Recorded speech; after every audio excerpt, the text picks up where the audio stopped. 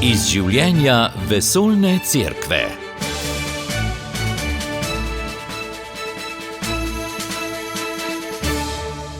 Drage poslušalke, spoštovani poslušalci, prav lepo pozdravljeni v današnji oddaji Življenja vesoljne cerkve.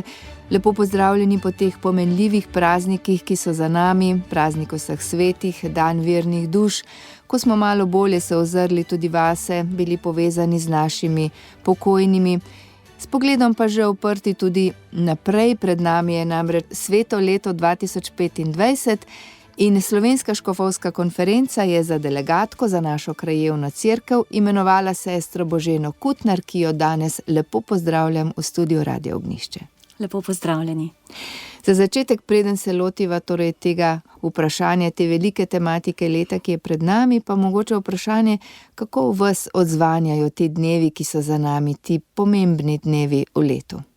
Res je, en tak pogled dajejo v prihodnost. Se mi zdi, da se povezujejo s svetim letom, ki ste ga ravnokar omenili, dajejo eno upanje, eno gotovost, kaj je naša resnica, kaj je naše občestvo, kamor vstopamo, kar smo del tega občestva, ne, ki mu pripadamo, in se mi zdi eno lepo praznovanje te celotne cerkve, tukaj na zemlji in v večnosti. No, pa greva zdaj kar na jubilejno leto, pred nami je torej 2025, to bo redno sveto leto. Zakaj je pomembno, da se ta leta obnavljajo, da jih vedno znova ponavljamo? Prva stvar se mi zdi, da je že v duhovnem življenju samem je ponavljanje ena pomembna stvar. Samo s ponavljanjem vstopiš v eno globino, vsebino, ne? Tudi Božjo besedo ponavljamo, cerkveno leto se ponavlja. In to je tisto, kar človek potrebuje, da vstopi globlje v samo sporočilo, ki nam ga Gospod daje. Po drugi strani je pa recimo jubilejna leta se ponavljajo, ta redna na 25 let, kar pomeni na nek način čas ene generacije, ko se na poseben način ta Božja ljubezen, Božje usmiljenje dotakne vsakega od nas. Ko so se začela ta sveta leta, to je bilo tako, ni bilo načrtovano, a ne, sprva je bilo na 50 let, v bistvu iz te tradicije še stare zaveze. Potem so pa rekli, predolgo je, ne, da na nek način privoščimo vsaki generaciji, da vsaj na 25 let doživi to veliko milost, ki prihaja z Božje strani do vsakega človeka. V čem vi vidite priložnost jubilejnega leta? Zakaj, rekli ste, torej je milost? Zakaj je milostno? In pa mogoče v čem se razlikuje od navadnega leta? Ja, gotovo je več spodbud kot sicer. Cerkev nam prihaja z raznimi sredstvi naproti, s katerimi nas spodbuja, da bi se dotaknili bistva naše vere.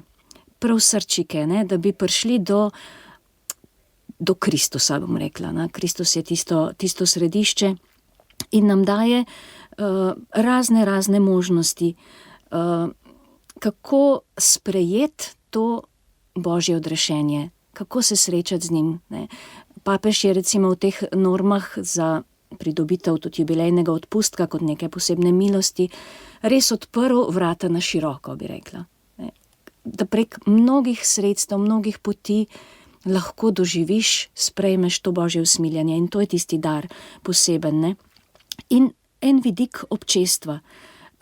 Bolj se razpoložimo skupaj, se vsak posameznik išče in hodi to pot, ne? Ampak jubilejno leto je pa nekaj, ko skupaj hodimo. Lahko bi rekla, en vesoljni misijon cerkveni. Ne?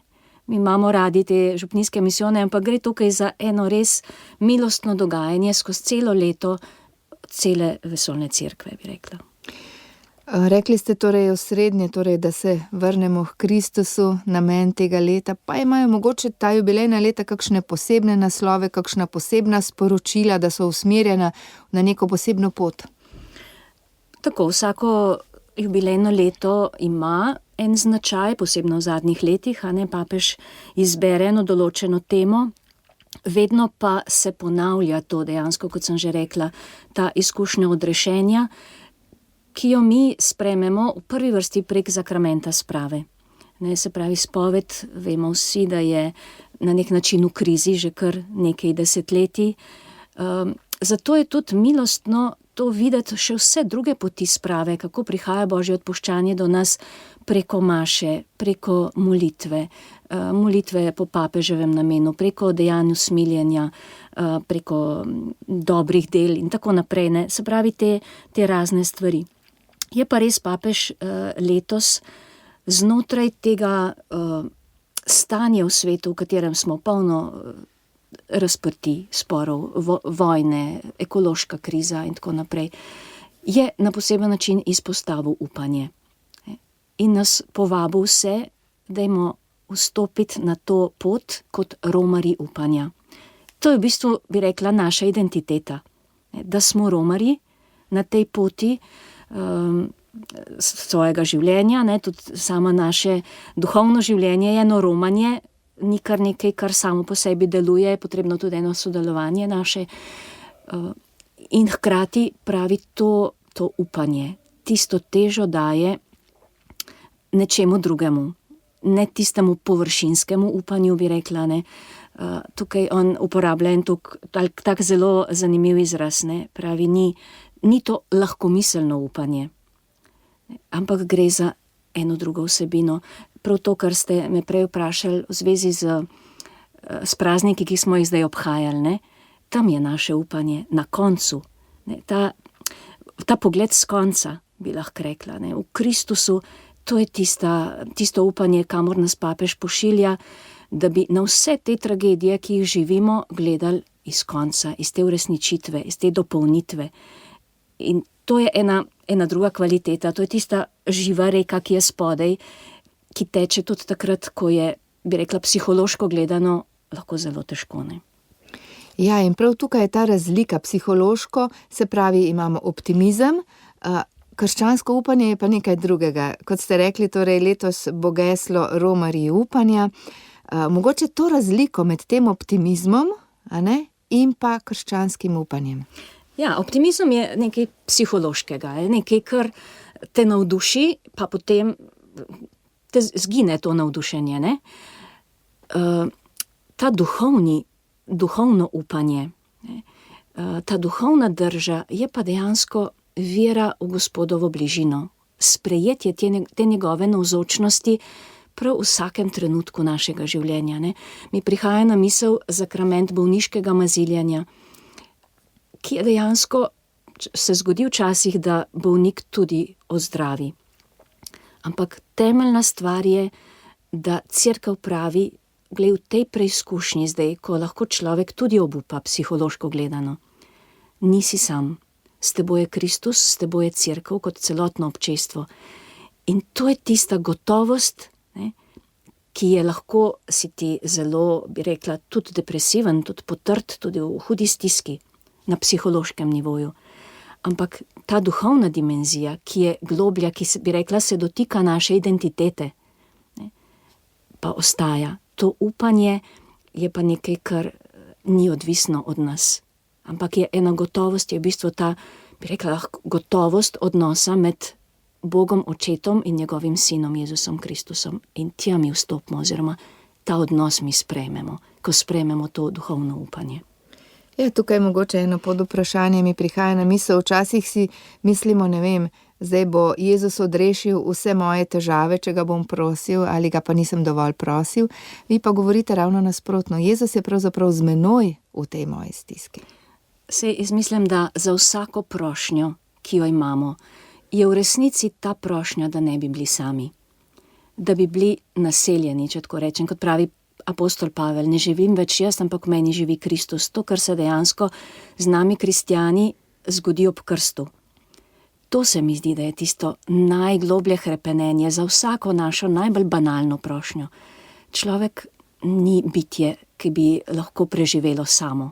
Ne? Želimo biti v občestvu, smo občestvena bitja in za vsakim hrepenenjem je hrepenenje po odnosu. In to Bog vedno usliši. Vedno je tukaj, vedno odgovori.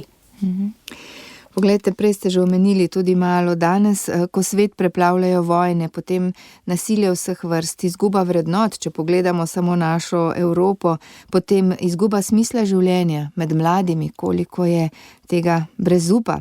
Potem iskanje upanja se zdi prav v teh razmerah sploh bistvenega pomena. Kako na to gledate? Zato se mi zdi, da je tudi papež izbral to, ker se zelo, zelo močno zaveda in občuti to stanje, in mislim, da vsi vidimo, kako drvimo nekam v nek prepad, ne? V neko vedno večjo stisko, vedno večje spore. In tukaj mislim, da je odgovor edini, ki ga prepoznavamo res v Kristusu. Edino on je tisto upanje, ker je presegal ta nepremostljiv prepad, za nas nepremostljiv prepad, ne? Med, bi rekla, polnostjo, med srečo, med življenjem in med smrtjo, ki ga je človek izbral tudi s grehom. In upanje je tisto preseganje v bistvu tega, ne da bi si zakrivali oči, ne da bi rekli, teh problemov ni, ampak da bi se oklenili tistega, ki edini ima moč, da to tudi preseže, ne? Ki je samo življenje, ki je samo upanje in tako naprej.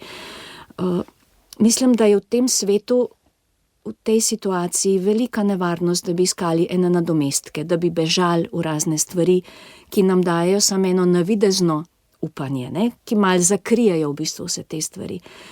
Papež pa se ne poslužuje tega, ne? Ampak vedno znova vabi, pejmo k resnici, ne? Pejmo k tej globini, k tistemu, ki nam res lahko da odgovore na te situacije. No in res, kot je pred nami to leto, jubilejno leto, pa se nanj pripravljamo z molitvijo. Papež je sklical letos leto molitve, mogoče smo kar malo pozabili na to, pa premalo to poudarjali, da je leto molitve, ki nas pripravlja na jubilejno leto. Zakaj je molitev tako pomembna? Ja, res je, papež je dejansko pripravil to jubilejno leto, bi rekla, z 2 letoma priprave, ne? Prvo leto je bilo, ko naj bi se malo spominjali tudi teh dokumentov, ki so jih koncilski očetje zapisali oziroma po drugem Vatikanskem koncilu, ki nas je nekako usmeril nazaj k koreninam, k cerkvenim očetom, k tem začetkom naše vere, ker je tam neka pristnost, ne? Tam prepoznamo tega res duha, to novost, ki jo je Kristus prinesel. Letos pa naj bi bilo leto, bi rekla, mehčanja te naše zemlje, našega srca, pripravljanja zato, da bi zmogli sprejeti to božje odrešenje, to božjo milost. Gospod nam želi priti naproti, ampak zdaj to ni eno magično dejanje, ne? Sveto leto ponujate razne možnosti, če vzamem za primer romanje k svetim vratom. Ampak ni dovolj, da mi samo se odločimo, pa gremo skozi sveta vrata. Ni to zdaj neko magično dejanje.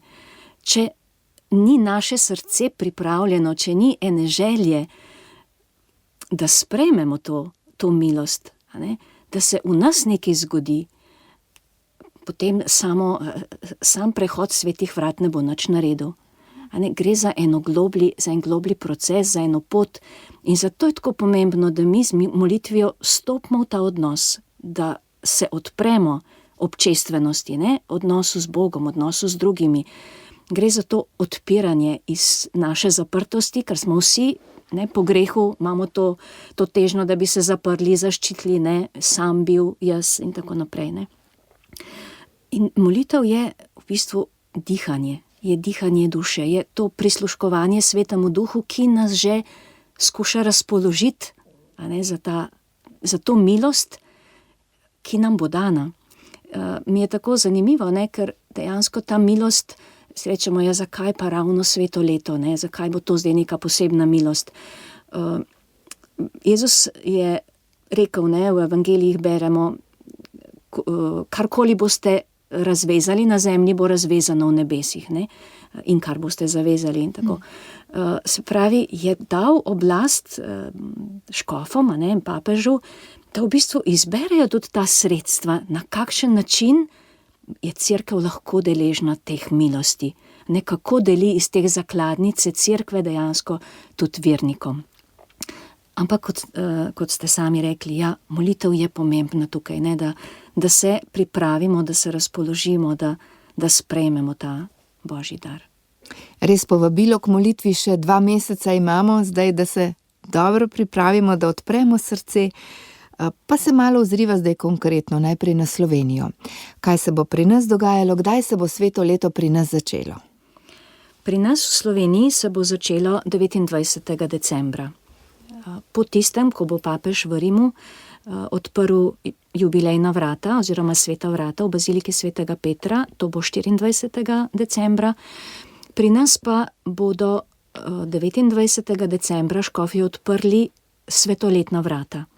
Predvidoma v stolnicah, bodo pa poleg stolnic še druge svetoletne cerkve, ki bodo neke vrste kraji duhovnega bedenja, milosti, spovedi, duhovniki bodo na razpolago. To so bolj romarske cerkve? Tako, to so bolj romarske cerkve, oziroma odvisno je od škofij, katere cerkve bodo izbrali. Je pa to izbiranje še v postopku. Potem pa se ozriva še v Vatikan. Kaj pa se bo v Vatikanu dogajalo? Tam pa bodo vsa ta osrednja romanja, ko smo videli program, kar, lahko bi rekla, skoraj vsak konec tedna je neko stanovsko romanje v Vatikan. Točno tako. Pravzaprav je to novost tega jubilejnega leta, ker prej smo bili navajeni nekako, da so bila bolj v ospredju neka nacionalna romanja v Rim. Tokrat pa so zastavili jubilejno leto z nekimi stanovskimi, poklicnimi jubilejnimi romanji. Začelo se bo po odprtju svetih vrat, bo prvo tako jubilejno srečanje za vse, ki delajo v svetu komunikacij, se pravi za medije, kar se mi zdi zelo pomenljivo, da povabijo vse, ki na tem področju delajo, da obveščajo, da zares pomagajo razširiti to veselo novico med ljudi. In zadnje srečanje, ki se mi pa tudi zdi tako pomenljivo, bo pa jubilej zapornikov. Preden se zaprejo sveta vrata, bo posebna milost še za te, ki živijo za zaprtimi vrati, če tako rečem. Teh dogodkov bo res veliko, čez 30, in na poseben način bo poudarek zanje, da se udeležijo oziroma poromajo k svetim vratom. Potem pa bojo različni programi pripravljeni za nekatere več, za nekatere manj. Vsekakor pa je to novost. To želim poudariti, je novost, da bi se, srečali skupaj podjetniki, bratovščine, mladi, športniki, politiki, kateheti in tako naprej. Družine, tako.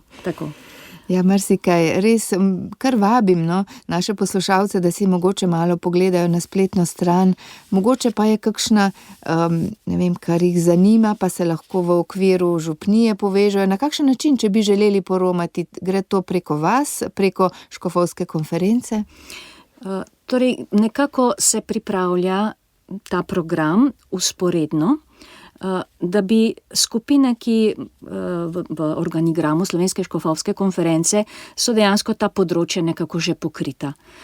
In iščemo v to smer, da bi na vsako od teh romanj, ali pa vsaj na večino, bil povabljen kakšen od predstavnikov, vzporedno pa bi podobna srečanja pripravili tudi v Sloveniji. Seveda odvisno, ali to na nivoju celotne Slovenije ali pa posameznih škofij.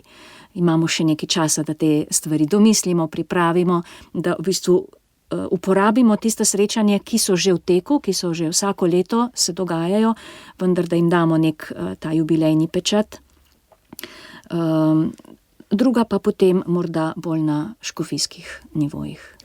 Ja, zdaj na ta romanja bodo lahko šli samo nekateri, seveda drugi, večina lahko grejo, skozi sveta vrata obiskati cerkve.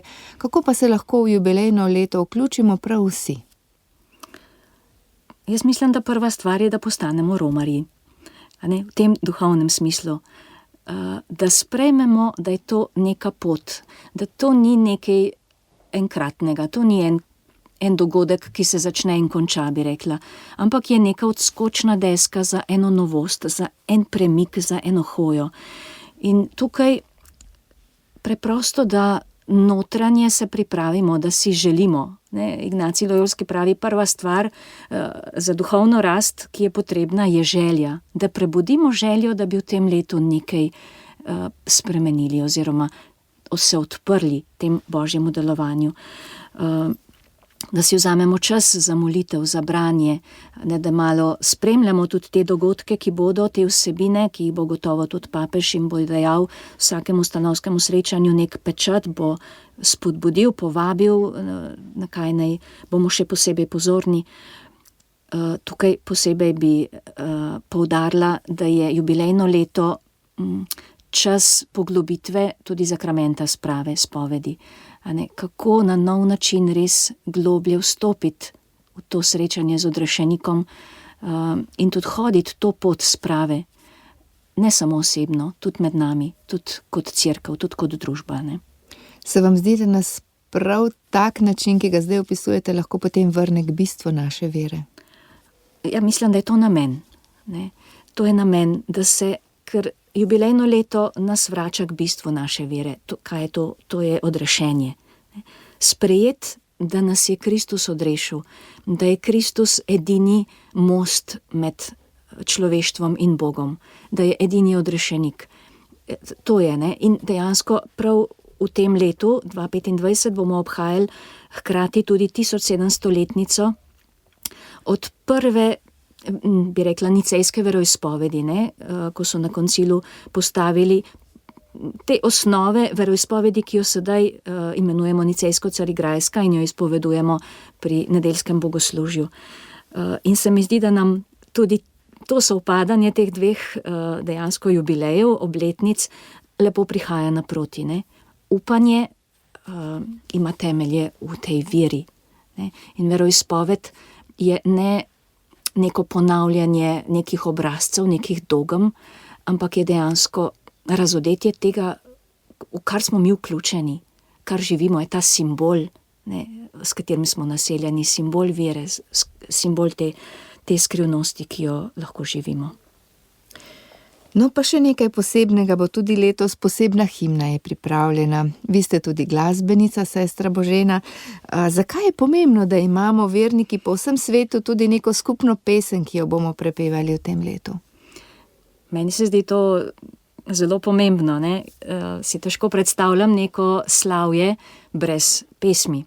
Mislim, da to je res en tak element, ki smo ga vsi sprejeli, ker nas poveže, združi, odpre, prinese neko vzdušje in sploh, ko gre za neka mednarodna srečanja, je to nekaj, kar nas poveže, kar nas združi, tudi če gre za različne jezike. Glasba ima zelo močan, bi rekla, tudi psihološki učinek na nas in prebudi določena čustva. In tudi ta himna se mi zdi, da zelo dobro podpre besedilo, ki je izbrano in govori o upanju, je nekakšno odslikava tega besedila in ima te himnične lastnosti, tako da lahko v bistvu vzbudi upanje znotraj teh realnosti, ker ima tudi te neke molovske harmonije noter, neke napetosti, ki jih pa potem razrešuje. Tako da čist bi rekla, z tega glasbenega, umetniškega vidika se mi zdi, da je posrečena in da bo prinesla en zanos, ki je ob takem jubilejnem letu tudi potreben, da nas na ta način tudi poveže in prinese eno posebno vzdušje. Ja, smo ljudje in potrebujemo tudi nekaj, kar se da občutiti, otipati, če tako rečemo. No, pa še ena zanimivost ob sklepu. Pred nami je tudi izredno jubilejno leto 2033. Kaj pa bo to posebnega? Zakaj? S kakšnim namenom? Ja, to je pa zdaj že pogled naprej. Res je, tudi to jubilejno leto je že napovedano. Kot ste rekli, bo to izredno, tako kot je bilo izredno leto usmiljanja 2015-2016. Papež ima to možnost, da to razglasi, je pa to dejansko pričakovano. Morda se nekateri spomnite, da je bilo že leta 1983 tudi tako jubilejno leto ob 1950-letnici odrešenja. Torej zdaj bo leta 2033 2000 let od Kristusove smrti. Tukaj damo na stran vse debate v zvezi s točnimi letnicami, a ne par let gor dol, ampak gre za to obhajanje dejansko milosti odrešenja in bo ponovno en tak čas. Se mi zdi, da živimo v zelo bogatem obdobju, a ne, ko imamo ta jubilejna leta nekoliko bolj na gosto, kot so imele kakšne generacije pred nami. Je pa podobno, torej spet ta dotik z Božjo milostjo, vse zato, da bi se odprli, da ne bi šla milost mimo nas. Ne? Vse te spodbude so en tak bogat čas, s katerim nam Bog prihaja naproti. Ob sklepu, sestra Božena Kutnar, kakšna spodbuda vsem našim poslušalcem, da bi se odprli, da ne bi šlo to sveto leto kar mimo nas? Tako se mi zdi, da to upanje je prav, da ga sprejmemo in da ga občutimo tudi med nami. Ne samo med nami, kristjani, tudi navzven, ne. Jaz mislim, da če bomo mi med sabo zaživeli bolj kot Kristusovo telo, če se bomo prepoznali v tem občestvu skupaj s Kristusom, bo upanje samo se pokazalo, ne. Bo ena resničnost, ne bo nekaj, za kar si bo treba prizadevati, kar bomo si domišljali, da je, ampak kako bomo občutili v teh naših medsebojnih odnosih. Je pa to dar.